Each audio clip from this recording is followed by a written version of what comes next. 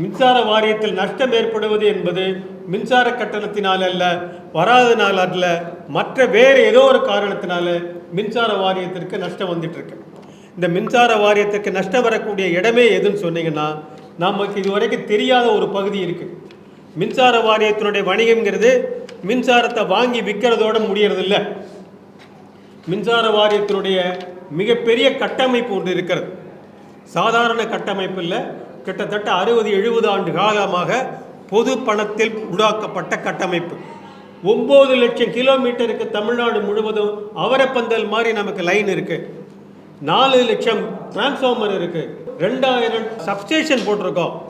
3.37 கோடி, 3.25 கோடி, கிட்டத்தட்ட 3.4 கோடி அளவுக்கு பயனீட்டாளர் வந்திருக்காங்க. இவ்வளோ பெரிய கட்டமைப்பை 10 பைசா செலவில்லாமல் எந்த தனியாரும் பயன்படுத்தி கொள்ளலாம். அதுக்கு பேர் தான் ஓப்பன் ஆக்சஸ்ன்னு பேர். இந்த பயன்படுத்திக்கிறவங்க தனியார்கள்லாம் இந்த கட்டமைப்பு இல்லைன்னா அவங்க யாருக்கிட்டையும் மின்சாரத்தை விற்க முடியாது, உற்பத்தி பண்ணுறதோடு நின்று போக முடியும். அப்போது இந்த கட்டமைப்பை பயன்படுத்தி இந்த மின்சாரத்தை அவர்கள் வணிகம் செய்கிறார்கள். இந்த கட்டமைப்பில் ஒரே ஒரு கம்பியில் கிட்டத்தட்ட 1000க்கு மேற்பட்டோருடைய மின்சாரம் பாய்கிறது. ஒரு கம்பியில் ஒருத்தர் 2 பேர். இதுவரைக்கும் மின்சார வாரியத்தினுடைய கரண்ட் தான் இருந்தது. இப்போ 1000க்கு மேற்பட்டவருடைய கரண்ட்டு ஒரே கம்பியில் வருது. அந்த கம்பியில் போகிற கரண்ட்டு எந்த கரண்ட்டு யாருடைய இதுங்கிறத அடையாளம் பார்க்க முடியாது. இந்த மாதிரி ஓப்பன் தனியார் மின்சாரத்தை கொண்டு போகணும்னா மின்சார சட்டம் ஒரு வழிமுறையை சொல்லியிருக்கு. 1000 கிலோவாட் அதுக்கு மேலே இருக்கிறவங்களுக்கு மட்டும்தான் இந்த மின்சார கட்டமைப்பை பயன்படுத்துறதுக்கு அனுமதி கொடுக்கணும்னு சொல்லி மின்சார சட்டமே சொல்லுது. மின்சார சட்டம் சொல்கிறதுக்கு மீறி செய்வதற்கு இங்கே இருக்க ஒழுங்குமுறை ஆணையத்துக்கு அதிகாரம் கிடையாது, மாநில அரசுக்கு அதிகாரம் கிடையாது, தனியாக இருக்கக்கூடிய மின்சார வாரியத்திற்கு அதிகாரம் கிடையாது. ஆனால் 1000 கிலோவாட் அதுக்கு மேலே இருக்கிறவங்களுக்கு தான் இந்த திறந்த ஓப்பன் ஆக்சஸில் வரலான்னு சொன்னால் மின்சார வாரியத்தில் எவ்வளோ கொடுத்துருக்காங்கன்னா, ஒழுங்குமுறை ஆணையம் என்ன கொடுத்துருக்குன்னா 63 கிலோவாட் இருக்கிறவங்க கூட போகலான்னு சொல்லியிருக்காங்க. இப்போ இந்த 63 கிலோவாட் இருக்கிறவங்கெல்லாம் வர்றதுனால மின்சார வாரியத்திற்கு ஒவ்வொரு ஆண்டும் 1560 கோடி ரூபாய் நஷ்டம் ஏற்படுகிறது. 1560 கோடி ரூபாய் நாங்கள் ஆர்டிஐயில் தேர்ந்தெடுத்த புள்ளி விவரத்துப்படி நாங்கள் சொல்கிறோம். இதை நீக்கணும்னு சொல்லிட்டு தமிழ்நாடு அரசே 2018 ஒழுங்குமுறை ஆணையத்திற்கு ஒரு உத்தரவு போட்டிருக்காங்க. அது நீதிமன்ற வழக்கெல்லாம் போய் மின்சார வாரியத்தில் இருந்து ஒழுங்குமுறை ஆணையத்துக்கு 2021 வந்தது.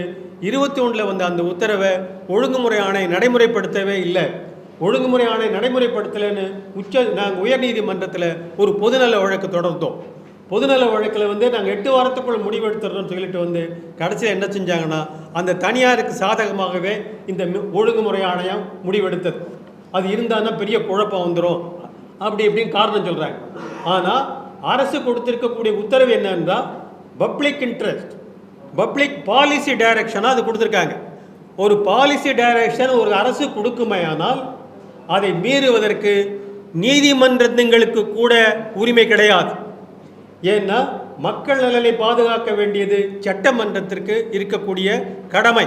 சட்டமன்றம் நிறைவேற்றுகின்ற அந்த கடமையில் நீதிமன்றமோ வேறு யாரோ குறுக்கிட முடியாது. அப்படி இருக்கும்போது இந்த ஒழுங்குமுறை ஆணையம் அந்த பொதுநல இருக்கக்கூடிய அந்த பொது பாலிசியை தூக்கி குப்பையில் போட்டுட்டு தனியாருடைய இன்ட்ரெஸ்ட் தான் எங்களுக்கு முக்கியம்னு சொல்லி இன்றைக்கு அந்த உத்தரவை நடைமுறைப்படுத்தவே இல்லை. இதனால் மட்டுமே 1560 கோடி ரூபாய் மின்சார வாரியத்திற்கு ஒவ்வொரு ஆண்டும் நஷ்டம் ஏற்படுது. இந்த 1560 கோடி ரூபாய் இன்னைக்கு வந்திருக்குமானா இந்த கட்டண உயர்வு தேவையில்லை.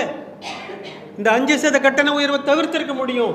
தனியார்கிட்டே இருந்து வரக்கூடிய ஒரு 2000 பேர்கிட்டேருந்து வரக்கூடிய கட்டணத்துக்காக நீங்கள் இருக்கக்கூடிய ஒட்டுமொத்த மக்களையும் நீங்கள் சங்கடத்தில் ஆழ்த்துறீங்க, அவங்களை கொள்ளையடிக்கிறாங்க. அரசாங்கம் என்ன சொல்லுது, 1,20,00,000 பேருக்கு இதனால் பாதிப்பு இல்லைன்னு சொல்கிறாங்க. ஆனால் பாதிப்பு 2.2 கோடி பேருக்கு. அதை யார் சொல்கிறது? 2.2 மிச்சம் இருக்கக்கூடிய 2 கோடி பேர்களுக்கு அந்த பாதிப்பு வருது இல்லை. அந்த பாதிப்பை யார் சரிப்படுத்துவாங்க? ஆக பாதிப்பு என்பது இது மக்களை பாதிக்கக்கூடிய கட்டண உயர்வு. இது திரும்ப பெறணும். திரும்ப பெறுவதற்கு நியாயம் இருக்குது. ஆக தமிழ்நாடு மின்சார வாரியத்தில் ஏற்படக்கூடிய இழப்பு என்பது மின்சார வாரியத்திலும் ஒழுங்குமுறை ஆணையத்திலும் தனியாரும் சேர்ந்து அடித்து கொண்டிருக்கக்கூடிய கொள்ளைதான் இந்த மின்சார வாரியத்தில் வந்திருக்கக்கூடிய நஷ்டத்திற்கு காரணம்.